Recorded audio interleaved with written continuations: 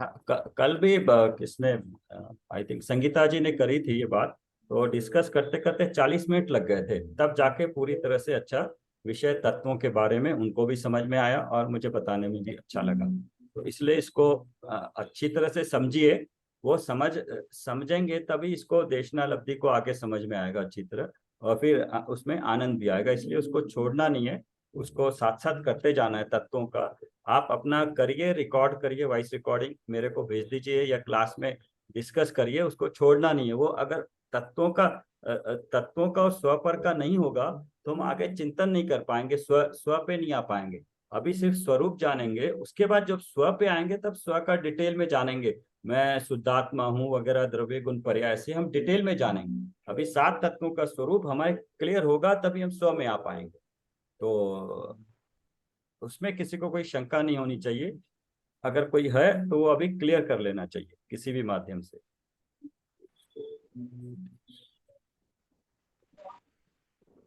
अच्छा, हाँ, मैं शेयर कर देता हूँ ये आज की।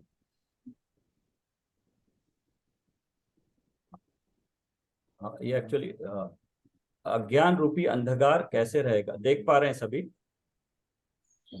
हाँ मतलब देख पा बराबर। हाँ। हे देव, आपके गुण में हमारा चित्त लगते ही वह पाप रहित विशुद्ध हो जाता है। इसलिए मेरा क्या होगा, मैं कर्मों से कब छूटूंगा, ऐसी आशंका आपके भक्त को नहीं होती। यहाँ भक्ति में अकेले राग की बात नहीं है, यह तो सर्व के स्वभाव की दृष्टि पूर्वक की भक्ति है। मोह मेरा कुछ नहीं है, मैं एक ज्ञायक बाहूं। ऐसे लक्ष्य द्वारा धर्मात्मा समस्त कर्मों से भिन्न अपने आत्मा का अनुभव करते हैं। अहो देव, आपकी भक्ति से जहाँ ऐसे स्वानुभव रूपी सूर्य उदय हुआ, वहां अब हमारे अंतर में अज्ञान रूपी अंधकार कैसे रहेगा। भव रहित स्वभाव को भूलकर अज्ञान से अनंत भव हो गए, परंतु अब जिनदेव के शासन में ऐसी भव रहित ज्ञान स्वभाव की भावना में आया, वहां अनंत भव का नाश होकर मोक्ष की साधना प्रारंभ हो गई है। ये गुरुदेव जी का वचन है। तो भक्तामर रहस्य पे, तो इसमें भी देखिए, चित्त लगते ही मतलब जैसे ही हम आपके गुण में, मतलब हमने अरहंत को द्रव्य गुण से पर्याय से जाना। इसमें चित्त लगना मतलब उनको द्रव्य गुण पर्याय से जाना, तो वह पाप रहित विशुद्ध हो जाता है। मेरा भी चित्त विशुद्ध हो जाता है। अगर विशुद्ध हो गया, ऐसे पता लग गया, तो फिर मेरा क्या होगा, कर्मों से कब छूटूंगा ऐसी आशंका नहीं रहती। उसको तो अपने स्वभाव का भान हो गया है। यह भक्ति में अकेले राग की बात नहीं है। तो ये राग मतलब जो देवगुरु शास्त्र के प्रति राग होता है वो वाला राग नहीं है उनका।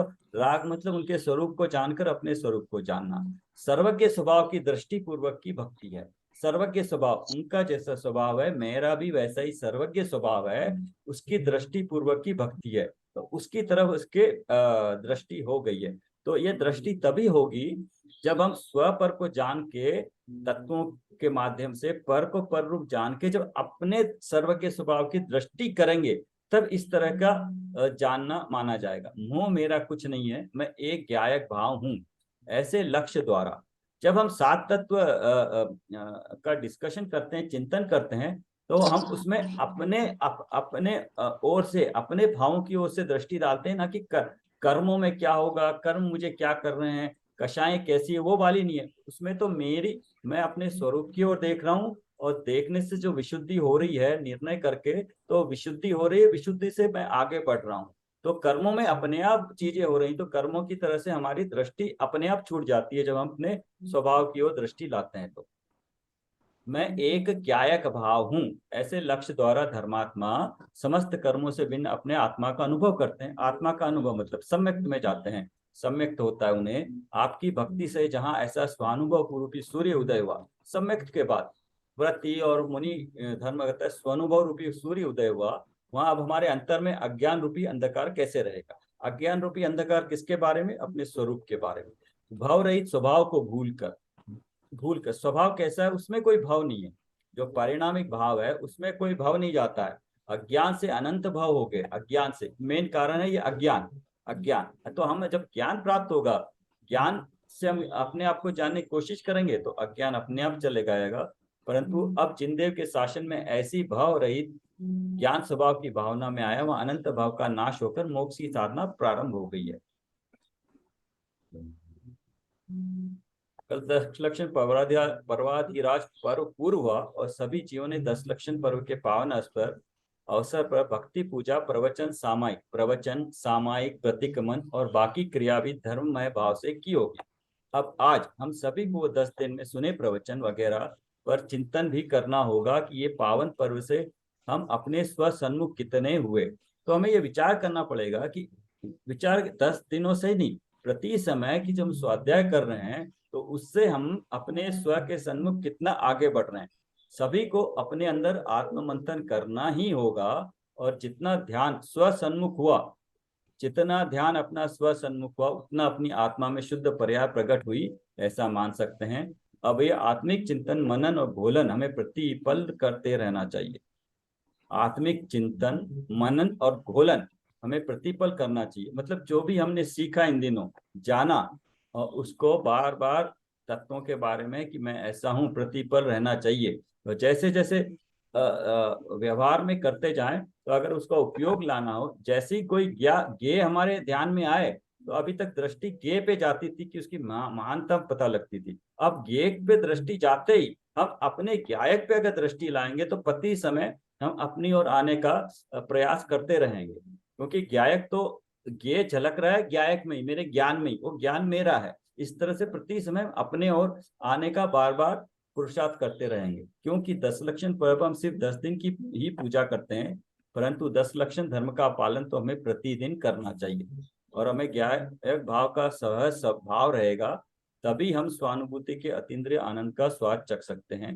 इसलिए प्रतिपल हमें जागृत रह के ज्ञान दीपक को प्रज्वलित करना है। जागृत रहना पड़ेगा प्रति समय कि उस ज्ञेय में हमारा ज्ञान एक नहीं हो जाना चाहिए, ज्ञेय से ज्ञान को अलग करते रहना चाहिए। तो ज्ञान दीपक इस तरह से प्रति समय जलता रहेगा, ये ज्ञान का दीपक। ये हम होंगे कामयाब, एक दिन हो मन में विश्वास, पूरा विश्वास होंगे कामयाब।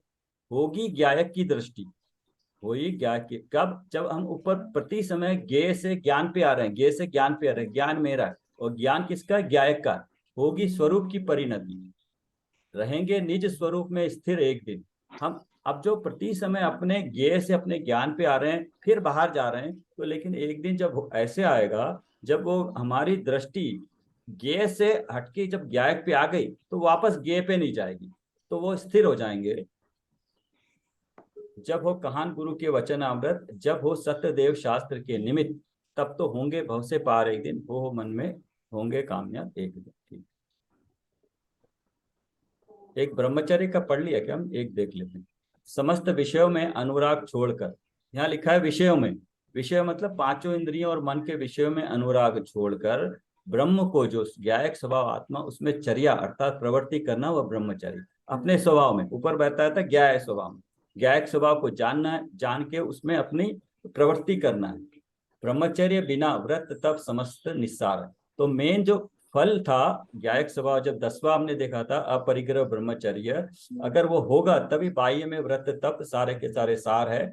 उसके बिना ब्रह्मचर्य बिना सकल काय क्लेश निष्फल है। जितना भी काय को क्लेश देते हैं, ब्रह्म स्पर्शन बाह्य स्पर्शन इस इंद्रिय के सुख से विरक्त होकर अंतरंग अपना परमात्मा स्वरूप जो आत्मा है उसकी उज्ज्वलता देखो। जैसे भी अपना आत्मा काम के राग से मलिन नहीं हो, वैसे ही यत्न करो काम के राग से, वेद के अभाव से आत्म स्वरूप में प्रवृत्ति करने से ब्रह्मचर्य गुण प्रकट होता है। ये बाह्य की है। ब्रह्मचर्य से दोनों लोग कुशित हो जाते हैं। कुशील महापाप है, संसार परिभ्रमण का बीज है। ब्रह्मचर्य के पालने वाले से हिंसादि पापों का प्रचार दूर भागता है। इसमें सभी गुणों की संपदा निवास करती है, इसलिए जितेंद्रिय पना प्रकट होता है। ब्रह्मचर्य में कुल जाति आदि आभूषित होते, परलोक में अनेक रिद्धियों का धारक देह होता है। उसके फल बताए हैं ब्रह्मचर्य को पालन करने के। इस प्रकार ये धर्म के 10 लक्षण सर्वत्र भगवान ने कहे हैं। इसको ये 10 चिन्ह प्रकट होते हैं, उसके धर्म है ऐसा जानना। उत्तम क्षमादि धर्म के घातक बैरी क्रोधादि। मेरा उत्तम मेरे जो भाव है, मेरा जो धर्म है, उसके घातक बताए जो विरोधी है बाहर में, वैर कौ क्रोध मान माया लोभ असत्य आदि, उसमें अनेक दोष उत्पन्न हो जाते हैं, अतः उन्हें दूर करो। तथा क्षमादि में अनेक गुण है, उसकी बारंबार भावना भाव, यही 10 लक्षण धर्म का स्वरूप है। अतः इन सभी धर्मों को प्रकट करके अपनी आत्मा को परमात्मा में लीन करके अपना मोक्ष प्रशस्त करे इन भावनाओं के साथ। ये सारे जितने भी होते हैं, अ, हमें जनरली हमें प्रेरणा देने के लिए होते हैं, बट उसमें एक जनरल रूप से होता है, लेकिन उसमें स्टेप बाय स्टेप क्या करना है, हमारी स्थिति में क्या है, तो उसको वही हम कोशिश कर रहे हैं कि ये पंचलब्धि के द्वारा ये सारा का सारा काम आएगा, तब सम्यक होगा तब। तो सम्यक के बाद ही जो है सो वितरागता के साथ ही 10 लक्ष्य बाहर में जो लक्षण प्रकट होते हैं धर्म के, वो कार्यकारी है। अगर अंतर में वितरागता नहीं है, लीनता नहीं है, मतलब अंतर में लीनता मतलब सम्यक तो नहीं है, अपना आत्मज्ञान नहीं है, आत्म अनुभव नहीं है, तो बाह्य का कोई भी कार्यकारी नहीं होगा। तो ये सब जनरली अगर उसको देखोगे, मेन पकड़ोगे भाव, तो उसमें यही है कि हमें पहले सम्यक्त प्राप्त करना चाहिए, और सम्यक्त होता है 5 लब्धि पूर्वक। तो उन्हीं लब्धियों का हम चर्चा कर रहे हैं। और लब्धि में इसमें एक वर्ड बताया था, पुरुषार्थ हमने करना है तत्व चिंतन का और तत्व निर्णय का। तो अभी तत्वों के बारे में हमने शुरू किया, यहाँ से तत्व चिंतन, तत्व निर्णय और सम्यक, ये हमारा स्टेप रहेगा। तो ये हमारी अभी जो भी उपदेश ग्रहण करते हैं, उसमें से जैसे ही अभी स्वपर का हमें पता लग गया, हमें उसमें से निकालना आना चाहिए ये कौन सा पर की बात चल रही है, और पर में भी कौन सा टाइप का, चार पर आपके कौन सा टाइप का पर है, ये पर है, ये छोड़ने लायक, ये मेरे स्व की बात है, ये मेरे स्व के गुण है, और ये इनकी परिणमन है, इनका ये कितनी अज्ञान अपूर्णता ज्ञान की कितनी है, ज्ञान में कैसी वृद्धि हो रही, वो हमें पकड़ में आना चाहिए अगर हम सुनते हैं। तो आगे ये देखते हैं फिर ये तत्वार्थ मणि प्रदीप में। अभी तो हो गए ना आज के तक के तो पूरे, ऋतु जी। हाँ सर, वो द्रव्य गुण पर्याय का वो हम कल ले लेंगे। एक ऊपर डाला था मैंने, तो मैंने वापस से डाला है नीचे।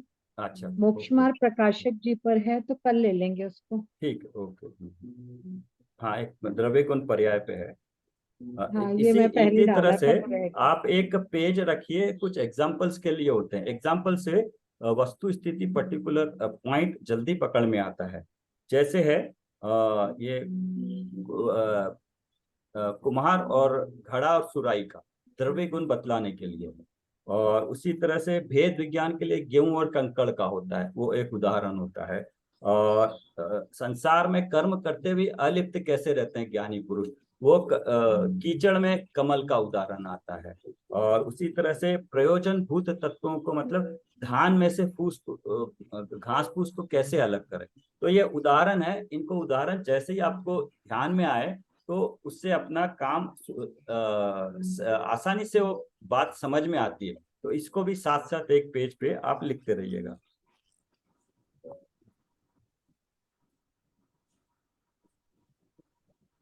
दोनों भी डाले मैंने, जो मैडम ने लास्ट टाइम बताया था रूपस्थ और पिंडस्थ ध्यान, उसको कोशिश करिए करने की जितनी भी हो सके। तो पिंडस्थ ध्यान में जो हमने पर देखा है ना, वो पर में प्रैक्टिकली आपको पर जानने हैं, और पर आपसे छुटाते हैं उपयोग में कि ये पर हैं, और छुटाने के बाद जो मैं बच जाता हूँ उसके बारे में चिंतन करते हैं।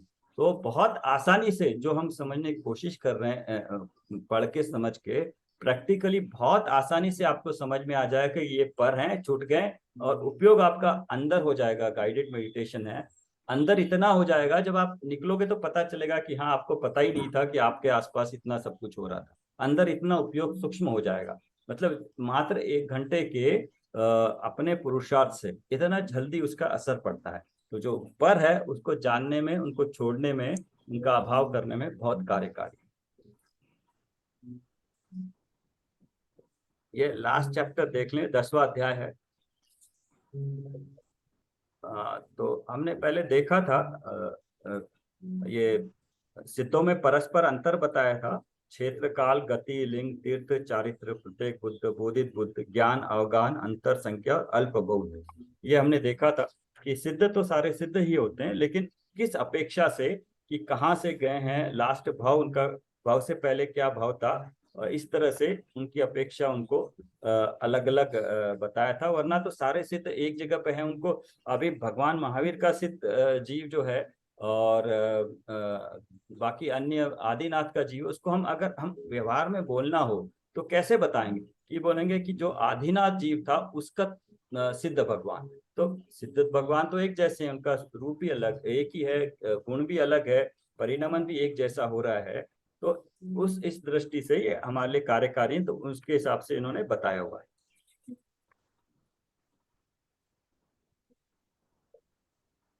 हाँ, इसको पढ़ लेते हैं, पढ़ेगा कोई और पढ़ लीजिए।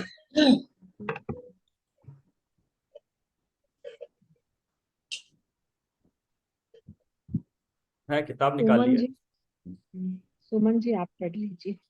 401। सिद्धों में परस्पर अंतर। यद्यपि सिद्ध जीवों में परस्पर गति, जाति आदि किसी भी प्रकार का कोई भेद नहीं होता, इसलिए वे भेद व्यवहार से रहित हैं। तथापि क्षेत्र, काल, गति आदि की अपेक्षा कथनचित परस्पर भेद भी है। तत्संबंधी सूत्र इस प्रकार है। क्षेत्र, काल, गति, लिंग, तीर्थ, चारित्र, प्रत्येक बुद्ध, बोधित, ज्ञानावगाह, नानंतर, संख्याल्प, बहुत्वतः साध्यः। क्षेत्र, काल, गति, लिंग, तीर्थ, चारित्र, प्रतीक, बुद्ध, बोधित बुद्ध, ज्ञान, अवगाहन, अंतर, संख्या और अल्प बहुत्व के द्वारा सिद्ध जीव विभाग भेद करने योग्य हैं। प्रत्युत्पन्नय और भूत प्रज्ञापन्नय की विवक्षा से 12 अनुयोगों का विवेचन किया जाता है। जो नए केवल वर्तमान पर्याय को ग्रहण करता है, अर्थात अथवा यथार्थ वस्तु स्वरूप को ग्रहण करता है, उसे प्रति उत्पन्न नय कहते हैं। जैसे ऋजु सूत्र नय या निश्चय नय, और जो नय अतीत पर्याय को ग्रहण करता है, उसे भूत प्रज्ञापन नय कहते हैं। जैसे व्यवहार नय। क्षेत्र प्रत्युत्पन्न की अपेक्षा से सिद्ध क्षेत्र में अपने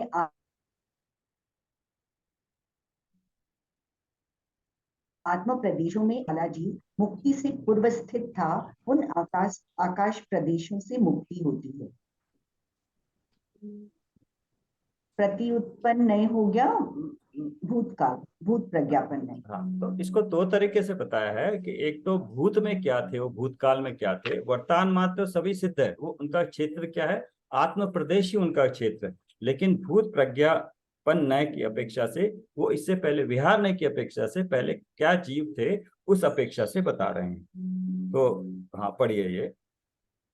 भूत प्रज्ञापन नय की अपेक्षा 15 कर्म भूमियों में से किसी भी कर्म भूमि के मनुष्य को यदि कोई हर कर ले जाए, तो समस्त मनुष्य लोक के किसी भी स्थान से उस जीव की मुक्ति हो सकती है। हाँ, तो ये 15 कर्म भूमियां कैसे होगी?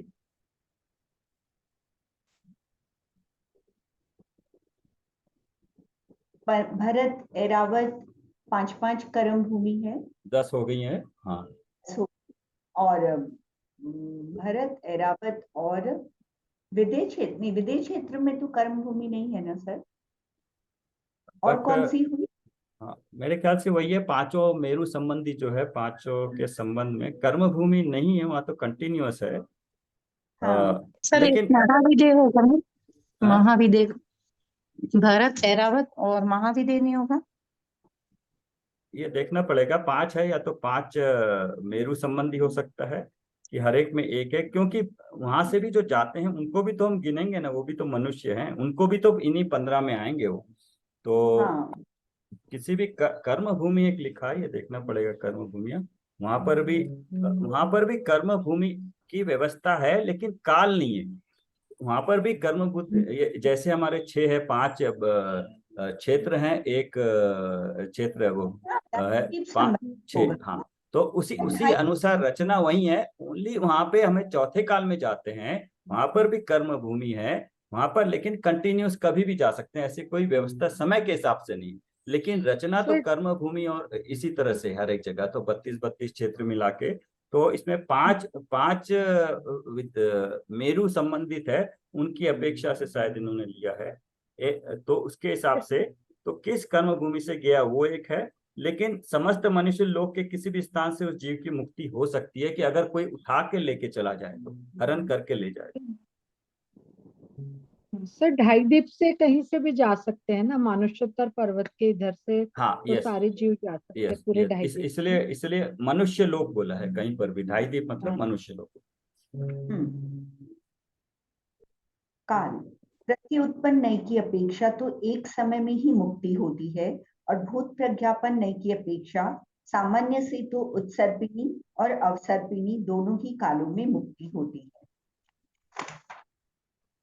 विशेष से अवसर्पिणी काल के सुखमा दुखमा नामक तीसरे काल के अंत में जन्मे जीव और दुष्मा सुखमा नामक चौथे काल में जन्मे जीव मोक्ष जाते हैं। हाँ, इसमें ये बताए काल काल तो जीव तो काल जो है अंतिम एक समय में उसका काल है सिद्ध बन जाता है, ऊर्ध्वगमन करके सिद्ध गति को प्राप्त करता है।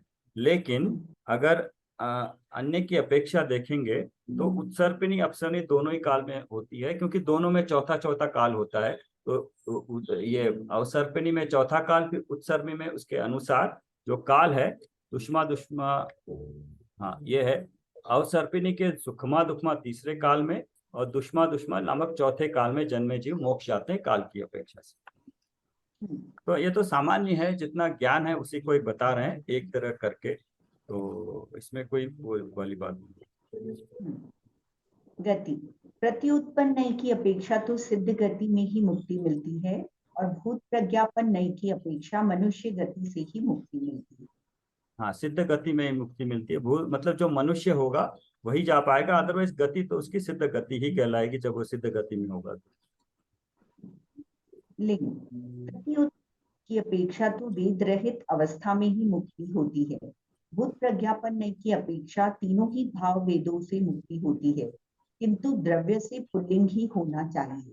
प्रति उत्पन्न नय से निर्ग्रंथ लिंग से ही मुक्ति मिलती है और भूत प्रज्ञापन नय से सग्रंथ से भी मुक्ति होती है। ये वेद होता है जो भाव होता है ना, भाव के अनुसार है। भाव के अनुसार द्रव्य लिंग तो मनुष्य जो होता है वो वही जो है सो मुनि बन के आगे बढ़ता है, लेकिन भाव से तीनों वेद होने से भी उसमें कोई दिक्कत नहीं है।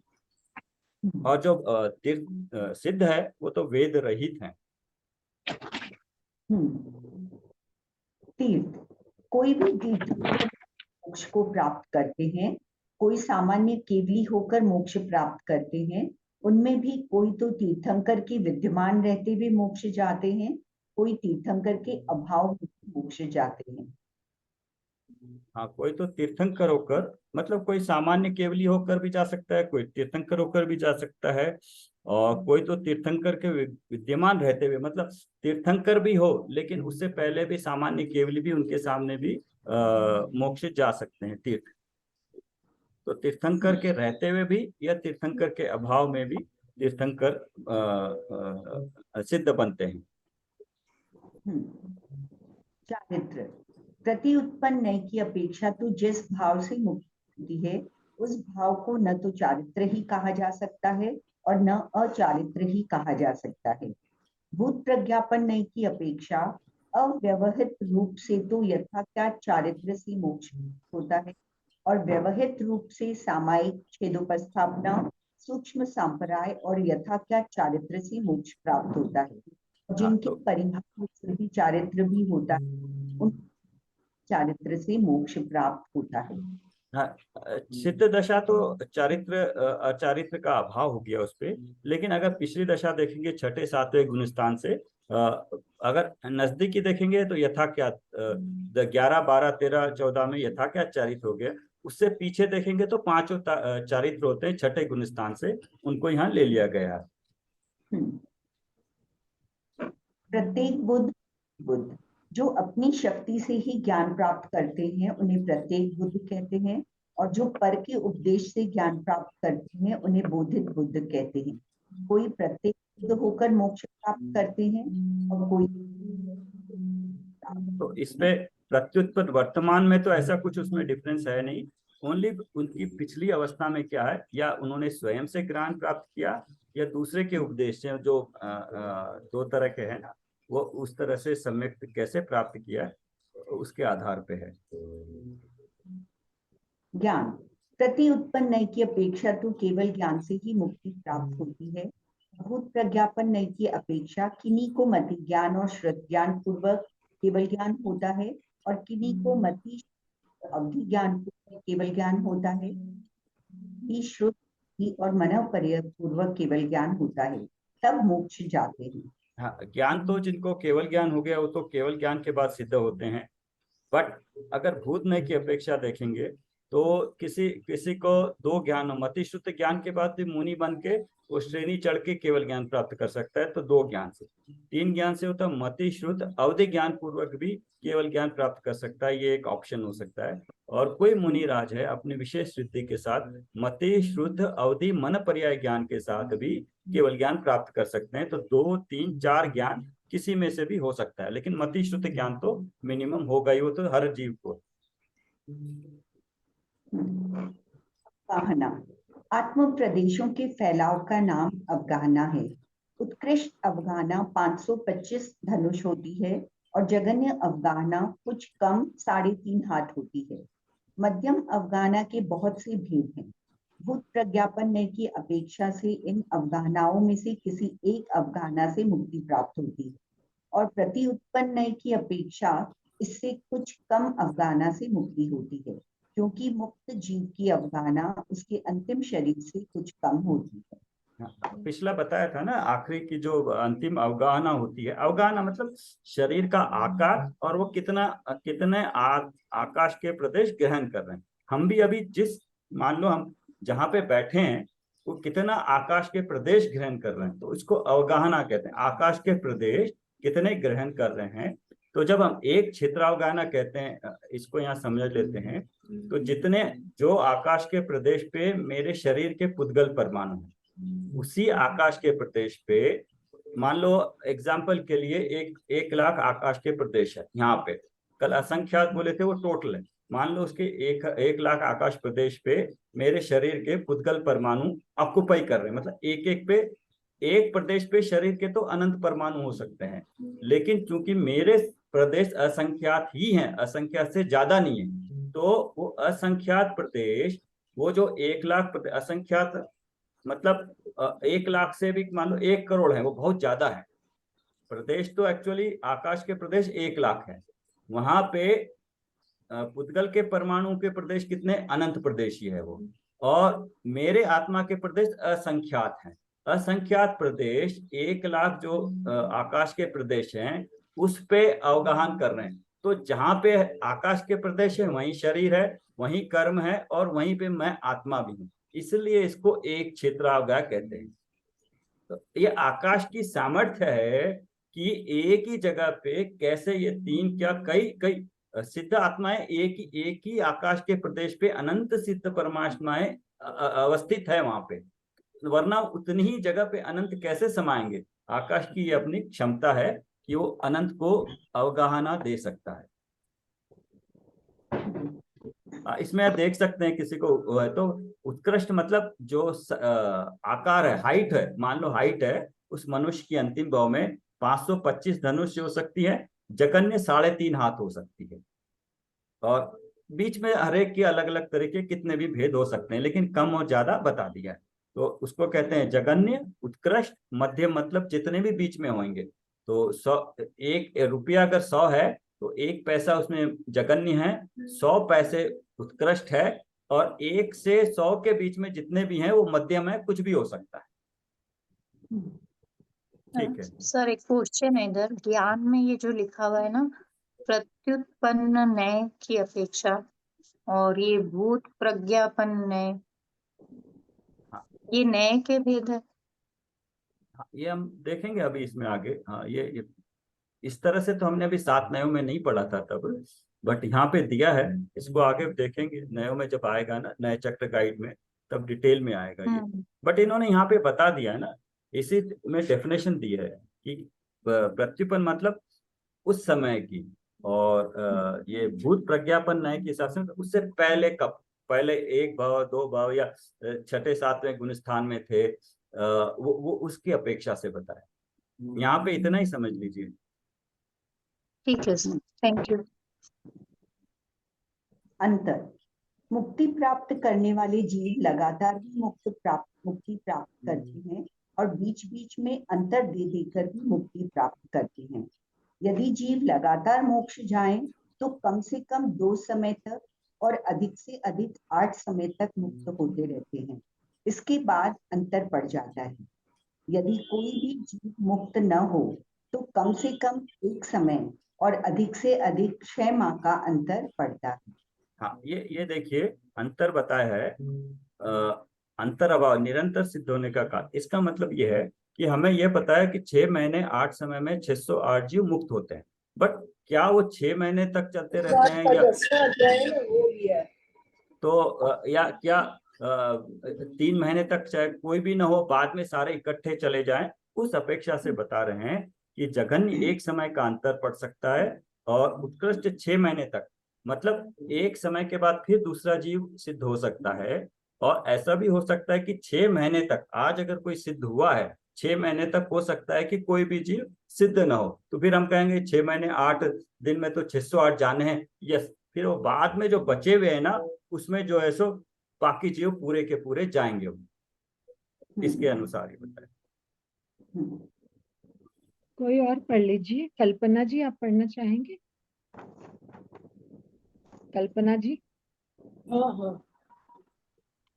तो मैं 5 मिनट रह गया है। संख्या एक, अच्छा अल्प बहुमत आ गया ना। श्वेत आदि की अपेक्षा से जुदे जुदे जीवों की संख्या को लेकर परस्पर में तुलना करना अल्प बहुमत है। हाँ, तो अच्छा, प्रत्युत्पन्न एक संख्या का बताया है, एक समय में कम से कम एक जीव मुक्त होता है, अधिक से अधिक 108 जीव मुक्त होते हैं। मतलब अगर 608 होने हैं तो एक समय में तो 108 ही होंगे, फिर दूसरे समय में अंतर जघन्य एक समय का अंतर पड़ेगा, उसके बाद फिर 108 जीव जा सकते हैं, फिर एक समय का अंतर पड़ेगा, फिर 108 जीव जा सकते हैं। एक समय में 608 जीव नहीं जा सकते हैं। अधिक से अधिक 108, मतलब 608 जीव एक समय में नहीं जा सकते, अधिक से अधिक 108 जीव जा सकते हैं। कल्पना जी, आप आज आई हैं, सुन रही हैं, आप जो फॉलो कर रही हैं? हाँ हाँ, मैं तो रिकॉर्डिंग सुन रही थी। अच्छा, कभी ओके। सुनती थी कभी नहीं, ऐसे कर। हाँ, अभी इसके बाद जरूर कंटिन्यू रखिएगा, एटलीस्ट जब तक ये हाँ सम्यक ठीक। खत्म ना हो। हाँ जी। प्रत्युत्पन्न की अपेक्षा से सब जीव सिद्ध क्षेत्र से ही मुक्ति प्राप्त करते हैं, अतः अल्प बहुमत नहीं है। भूत प्रज्ञापन्न की अपेक्षा जो किसी के द्वारा हरे जाकर मुक्त हुए ऐसे जीव थोड़े हैं, उनसे असंख्यात गुने जन्म सिद्ध है। तथा उद्धव लोक से मुक्त हुए जीव थोड़े हैं, उनसे असंख्यात गुने जीव अधोलोक से मुक्त हुए हैं, और उनसे भी असंख्यात गुने जीव मध्य लोक से मुक्त हुए हैं। समुद्र से मुक्त हुए जीव सबसे कम है, उनसे संख्यात गुने जीव दीप से मुक्त हुए हैं। ये तो हुआ सामान्य कथन। विशेष कथन की अपेक्षा लवण समुद्र से मुक्त हुए जीव सबसे थोड़े हैं, उनसे संख्यात गुने जीव कालोदरी समुद्र से मुक्त हुए हैं, उनसे संख्यात गुने जम्बू द्वीप से मुक्त हुए हैं, उनसे संख्यात गुने धातुकी खंड से मुक्त हुए हैं, उनसे संख्यात गुने पुष्करांत से मुक्त हुए हैं। ये क्षेत्र की अपेक्षा अल्प बहुमत हाँ, हुआ। ये 222 पेज पे दिया है, तो इसमें देखना लवण समुद्र में सबसे कम दिया है, उसके बाद कालोदधी समुद्र, जम्बू द्वीप, मतलब समुद्र में कालोदधी समुद्र में ज्यादा है जम्बू द्वीप से जाने वाले क्षेत्र की अपेक्षा, उससे ज्यादा घातकी खंड, उसके ज्यादा पुष्करार्ध द्वीप से मैक्सिमम होते हैं।